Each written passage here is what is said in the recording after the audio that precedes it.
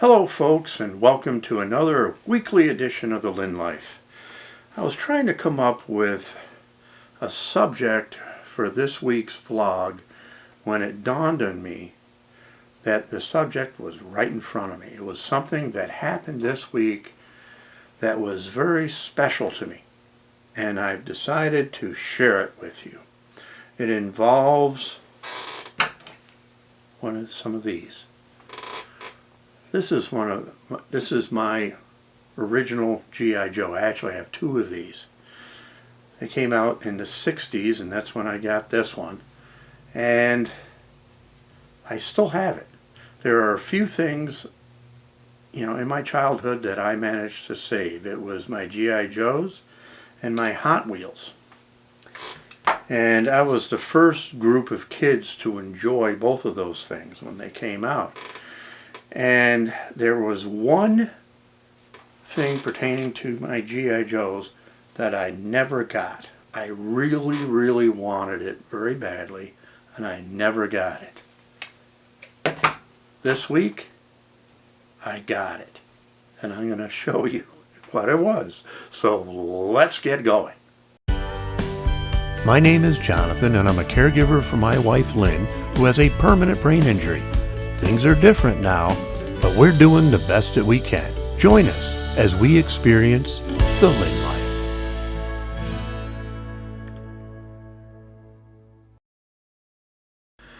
Well, there was one accessory for G.I. Joes in the 60s that I really, really wanted, and I never got it. I did ask for it, but I never got it. I got a lot of other accessories for the G.I. Joe, most of which I don't have. I don't have all the original stuff I used to have. A lot of it's been lost or broken. But there was this one big accessory I really, really wanted. And if you had told my 8-year-old self that I would get it someday, but I would have to wait 52 years, I wouldn't have believed it. But that's what happened. This week, I finally got it. And here it is. The G.I. Joe Jeep. I also have the trailer that goes with it. Now, it's not complete. There are things missing. I didn't care. If I wanted it complete, I would have had to have paid considerably more money. It wasn't cheap to begin with. But it does have it has the windshield, which was good. Sometimes that's gone. There is a crack in it. It's okay, it's been repaired. The hood goes up. The battery compartment has been gutted. There's no electrical. The lights would normally go on. They do not go on. There's usually a bazooka that goes with it, that goes in the back of the Jeep.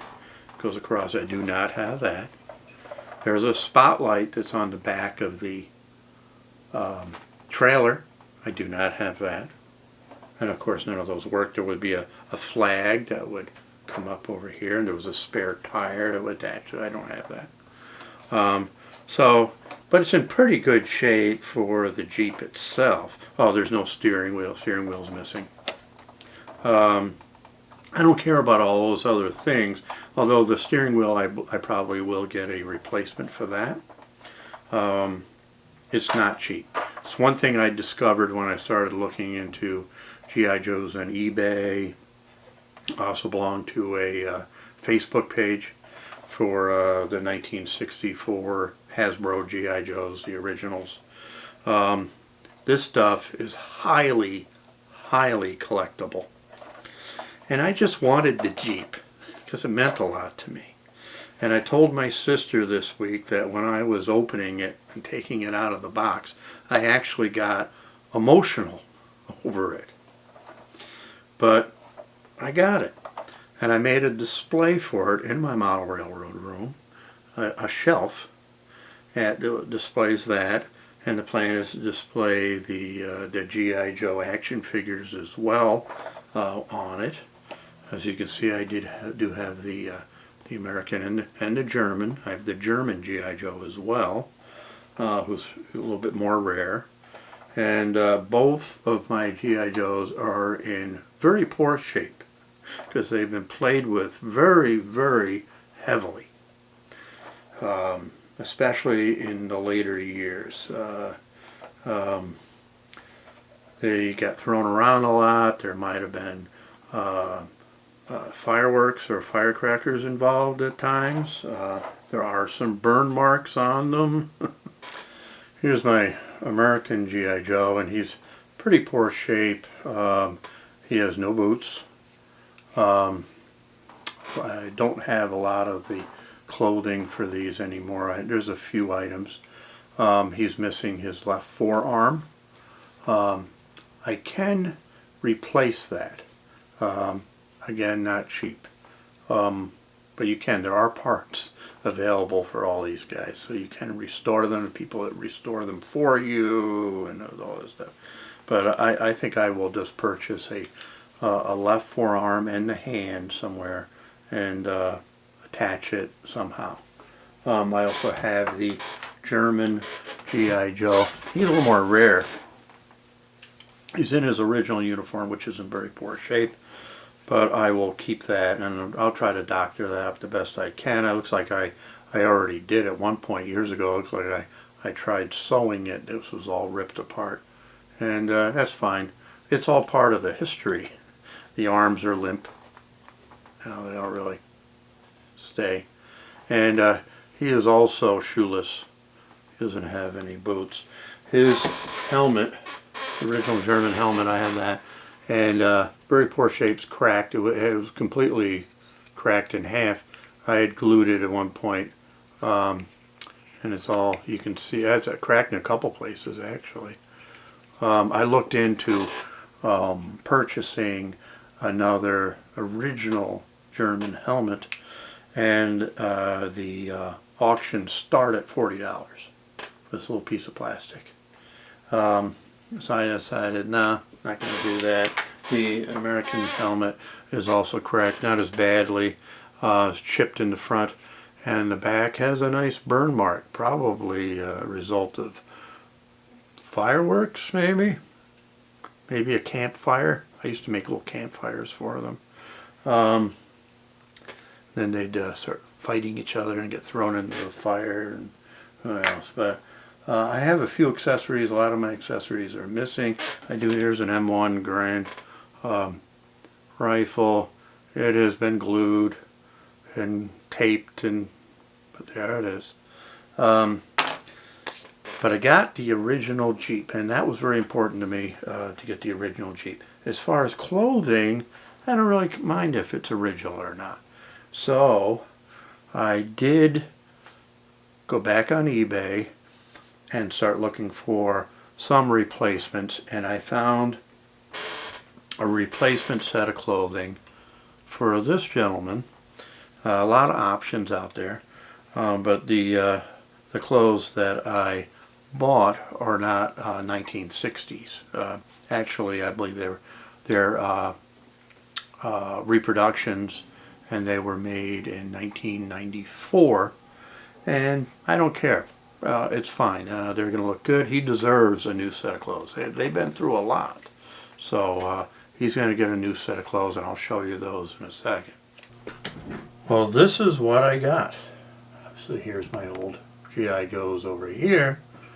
But I did manage to get some reproduction clothing and accessories for $20.50. Because they were made in 1994. They are not the original 60s stuff. They're reproductions, but they work. So, first of all, Joe is getting a new pair of boots. Look at that. He'll no longer have to be barefoot. He's got a new helmet. We're making him an MP now. He's an MP. Airborne MP. There he is. Kind of a neat helmet. He's got a strap. All works. Now has a sidearm.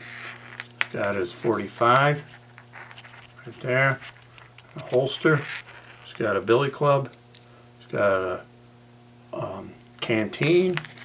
He's got an arm band MP. It's got clothing, brand new clothing that actually has snaps. Look at that Velcro. I just looked at that. The original would have these metal snaps. These look identical to what they were, but they're now plastic. And but this looks like it's fine. Here's his jacket. It's got the Airborne little sticker on it, and it's accurate. And also to go with that, he's got a Thompson submachine gun. I would have killed for this when I was a kid. I would have loved that. But this is not an original. It's reproduction, but it works, and I'm fine with that. And there's also a little phone thing here. A little phone comes out of that, and it says MP on it. That's all. It's all cool. Put that in the Jeep. And Justin said that I should make the German a prisoner of war now that I have this guy as a MP. So maybe I will. I don't know. We'll see. I've also ordered a helmet, a reproduction helmet.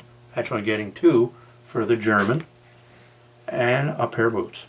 And they were a whole lot less money than buying an original. So that's the route I went. But the figures themselves are original, and I'm going to clean them up. I'm going to try to fix them up. Like I mentioned earlier, I'm going to try to find a forearm for the American, and we should be good. And I put him back on display. And there he is, all gussied up, all set in his MP uniform. He's now got a sidearm with 45 there. He's got canteen. He's got a billy club. He's got his little MP thing on there. He's looking good. Got a submachine gun, and he's got boots now. Pretty cool. I think he looks great, and we'll put him back in the Jeep. And he will, with the exception of his arm, which I will get done, and with the exception of me cleaning him up a little more, I got to take a little soap and water, mild soap and water, and clean up his face and things like that, which has probably never ever been done. So we'll do that as well, and should be good. Now I also have a third action figure that is actually a secret agent guy that my cousin Bill gave me many years ago, and I still have him. So Bill, if you're watching, I still got him. Do any of you have some old toys that you guys kept all these years? It makes me feel good knowing that they're right up there and I get to see them once in a while. So I made a special shelf for it, and he's right there with the model railroad.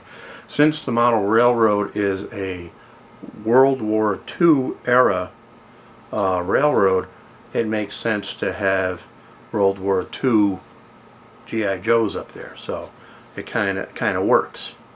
So yeah, it makes me feel good just to know that they still exist, and I can still put a little, give them some new clothing. And I'm not going to go crazy like some of these other guys on that Facebook page. There was someone that posted recently, tell us how many G.I. Joes you got. Well, I have 2. And these other guys are all posting, well, I have 65, I have 250, So I didn't say anything, because what I have is nothing compared to what they got. So, and it doesn't matter. What I have are my original G.I. Joes, and I added a Jeep that I always wanted, and now I have it. And that's all that matters. So we'll see you next time on the Lynn Life.